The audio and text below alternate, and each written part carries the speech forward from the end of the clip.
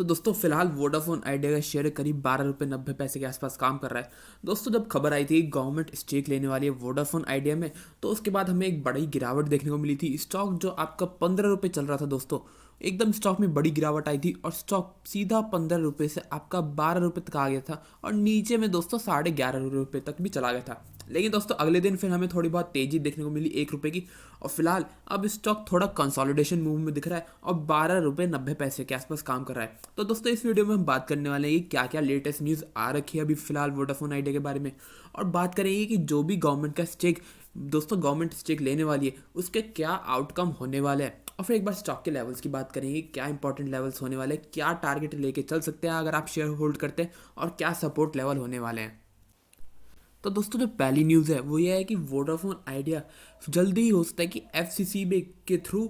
थोड़ा बहुत fund raise करे, और वो फंड कितना हो सकता है दोस्तों, जैसा आप अपनी स्क्रीन पे देख पा रहे होंगे, करीब 750 मिलियन से लेके $1 बिलियन, यानी ये करीब हो जाता है हमारा करीब 7,500 करोड़ रुपए के आसपास की रकम हो सकता है कि वोडाफोन आइडिया FCCB यानी जो होता है आपके फॉरेन करेंसी कन्वर्टेबल बॉन्ड्स, उनके थ्रू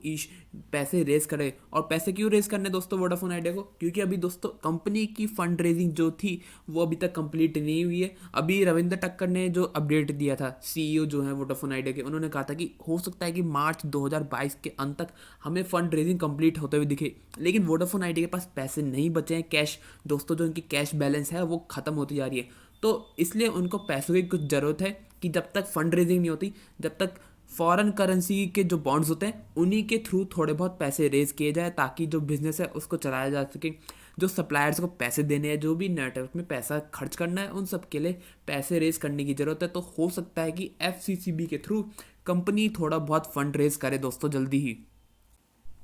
जो ये अपडेट आया है ये वोडाफोन आइडिया की तरफ से नहीं आया, ये सोर्सेज के थ्रू आया दोस्तों। तो हो सकता है कि कंपनी रेज करे या हो सकता है कंपनी रेज ना करे। पिछली बार भी काफ़ी न्यूज़ आती रहती है कि प्रमोटर्स जल्दी ही पैसा लगाने वाले 1-2 हफ्ते में या कुछ ऐसा होने वाला है, लेकिन होता नहीं है। लेकिन तो दोस्तों ये सोर्सेज की खबर है, वोडाफोन आइडिया की तरफ से कोई ऑफिशियल अपडेट नहीं आया है। अब दोस्तों जो अगली खबर है वो ये है कि वोडाफोन आइडिया ने दोस्तों US बेस्ड कंपनी जो है ये सीना, उसके साथ दोस्तों पार्टनरशिप करी थी, ताकि जो 5G आने वाला है उसकी वो तैयारी कर सके। तो दोस्तों ये पॉजिटिव न्यूज़ है कि हाँ वोडाफोन आइडिया दोस्तों पूरे जो उनके नेटवर्क है उसको तैयार करके चल रहा है, ताकि जब भी 5G आए तो वो जल्द से जल्द 5G लॉन्च कर सके और मार्केट में 5G सर्विसेज दे सके। तो फिलहाल दोस्तों ये सब अपडेट थे वोडाफोन आइडिया के बारे में। अब एक बार दोस्तों जो गवर्नमेंट का स्टेक आने वाला है वोडाफोन आइडिया में, जो गवर्नमेंट स्टेक लेगी बहुत जल्द, उसके बारे में एक बार डिस्कस कर लेते हैं कि उसके क्या आउटकम रहने वाले, ताकि हमें क्लैरिटी हो कि उसका क्या क्या इम्पैक्ट होने वाला है कंपनी पे। तो दोस्तों जो पहला इम्पैक्ट होने वाला है वो ये रहेगा कि कंपनी दोस्तों जो 4 साल का मॉरिटोरियम लिया था कंपनी ने, उसका दोस्तों इंटरेस्ट जो मिलेगा करीब 16,000 करोड़ रुपए का। ऐसा नहीं कि जो मॉरिटोरियम दिया है गवर्नमेंट ने रिलीफ पैकेज में वो फ्री ऑफ कॉस्ट है दोस्तों, उसके ऊपर आपको इंटरेस्ट देना पड़ेगा, और कंपनी के हिसाब से वो 4 साल का इंटरेस्ट बनता है 16,000 करोड़ रुपये। 16,000 करोड़ रुपये का कंपनी को इंटरेस्ट देना पड़ेगा अगर मॉरिटोरियम चूज़ करते हैं, और कंपनी ने चूज़ कर लिया था मॉरिटोरियम, तो उसके ऊपर 16,000 करोड़ रुपये जो कैश दोस्तों पेमेंट करनी है इंटरेस्ट की, गवर्नमेंट ने ऑप्शन दिया था कि या तो आप कैश के थ्रू कर सकते हैं या आप हमें दोस्तों इक्विटी शेयर्स दे सकते हैं कंपनी में। लेकिन उसके साथ एक कंडीशन थी कि अगर इक्विटी शेयर्स देते हैं आप हमें, तो दोस्तों उस भाव में देने पड़ेंगे जो हमारा रिलीफ पैकेज आया था उससे दोस्तों जो कुछ दिन पहले जो शेयर प्राइस चल रहा था उसके हिसाब से आपको शेयर्स देने पड़ेंगे। तो क्योंकि वोडाफोन आइडिया के दोस्तों रिलीफ पैकेज से शेयर करीब 7 से 8 रुपए की रेंज में ही चल रहा था, ज़्यादा ऊपर नहीं चल रहा था। और दोस्तों कंडीशन ये होती है जो कंपनी होती है वो किसी को भी फेस वैल्यू से नीचे शेयर्स नहीं दे सकती। तो इसलिए दोस्तों रिजल्ट ये था कि कंपनी को 10 रुपये जो फेस वैल्यू है मिनिमम दोस्तों जिस पे कंपनी शेयर्स इशू कर सकती है किसी को भी, उस पे शेयर्स देगी गवर्नमेंट को। अब दोस्तों जो ये शेयर्स दिए जाएंगे गवर्नमेंट को 10 रुपये के भाव पे 16,000 करोड़ रुपये वर्थ, यानी करीब दोस्तों वैसे तो 1,600 करोड़ शेयर्स इशू होंगे 10 रुपये के भाव पे। तो जो भी ये शेयर्स कंपनी देगी जिससे बहुत ही बड़ा डायल्यूशन होगा दोस्तों, इससे कंपनी का जो कैश बचेगा 16,000 करोड़ रुपये की दोस्तों कंपनी को पेमेंट करने पड़ती कैश में, जो कि इनको नहीं करने पड़ेगी, और कैश फ्लो पे दोस्तों काफ़ी इनका असर पड़ेगा, बिजनेस में दोस्तों कैश बचेगा इनका। तो ये एक पॉजिटिव न्यूज़ बन जाती है कंपनी के लिए। अब दूसरी पॉजिटिव न्यूज़ के बारे में बात करें तो गवर्नमेंट अगर स्टेक ले रही है दोस्तों, करीब 36% का स्टेक आएगा गवर्नमेंट का, जो कि वोडाफोन आइडिया कंपनी शेयर देगी गवर्नमेंट को इंटरेस्ट के बदले। तो उसके बाद गवर्नमेंट करीब 36% शेयर स्टेक ऑन करेगी वोडाफोन आइडिया में, तो कह सकते हैं 1/3 कंपनी गवर्नमेंट के पास आने वाली है। इससे बहुत चांसेस है कि जो भी दोस्तों एक्सटर्नल इन्वेस्टर्स हैं उनके अंदर एक कॉन्फिडेंस आएगा कि गवर्नमेंट चाहे तो दोस्तों कैश में पेमेंट ले सकती थी, लेकिन गवर्नमेंट इक्विटी में शेयर्स ले रही है, यानी कहीं ना कहीं गवर्नमेंट को कॉन्फिडेंस है कि कंपनी आगे चल सकती है। तो ये एक चीज़ इंप्रूव करेगी जो भी एक्सटर्नल इन्वेस्टर्स है, जिनसे भी अभी वोडाफोन आइडिया बात कर रहा है, या जो भी दोस्तों जिनसे भी लैंडर्स है, या जो भी आपको अगर लोन लेना है किसी से, तो इससे जो भी पैसे देने वाला है उसके दिमाग में एक कॉन्फिडेंस बढ़ेगा कि गवर्नमेंट ने भी 1/3 हिस्सा ले लिया, जो कि एक बड़ा हिस्सा होता है कंपनी में दोस्तों। अब एक नेगेटिव न्यूज़ की बात करें जो इससे क्या होने वाला है दोस्तों, 1/3 कंपनी अब गवर्नमेंट के पास रहेगी और 10 रुपये के भाव पे इतनी बड़ा डायल्यूशन हुआ है। तो ये एक नेगेटिव चीज़ है कि आप जो 16,000 करोड़ रुपए का इंटरेस्ट है उसकी वजह से 1/3 कंपनी पूरी ही अब गवर्नमेंट के पास चली जाएगी। करीब उनको 1600 करोड़ शेयर्स इशू होंगे। तो एक ये रीज़न है कि जिसकी वजह से प्रोमोटर्स की होल्डिंग बहुत ज़्यादा नीचे आ जाएगी, और इन्वेस्टर्स कंसर्न है कि प्रमोटर्स की होल्डिंग दोस्तों जब 72-73% चल रही थी, उसकी वजह से एक कॉन्फिडेंस रहता था इन्वेस्टर के दिमाग में कि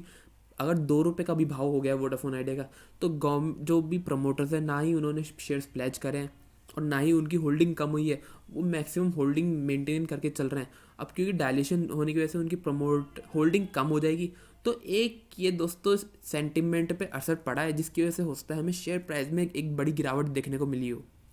दोस्तों इस डायल्यूशन की वजह से जो कि प्रमोटर्स का स्टेक था करीब 72% के आसपास, अब दोस्तों डायल्यूशन की वजह से वो गिर के करीब 50% के भी नीचे आ जाएगा, जो कि दोस्तों एक कंसर्न है कि इतना बड़ा डायल्यूशन की वजह से प्रोमोटर्स होल्डिंग घट गई इतनी बड़ी, और प्रोमोटर्स दोस्तों अब ज़्यादा शेयर्स नहीं ओन करेंगे अपनी कंपनी में। वैसे दोस्तों जहाँ पे जो क्लैरिटी वाली बात है कि प्रमोटर्स ऐसा नहीं है अपने शेयर्स बेच रहे हैं, नए शेयर्स इशू होंगे गवर्नमेंट को 1600 करोड़ शेयर्स नए 1600 करोड़ शेयर्स नए इशू होंगे गवर्नमेंट को, जिसकी वजह से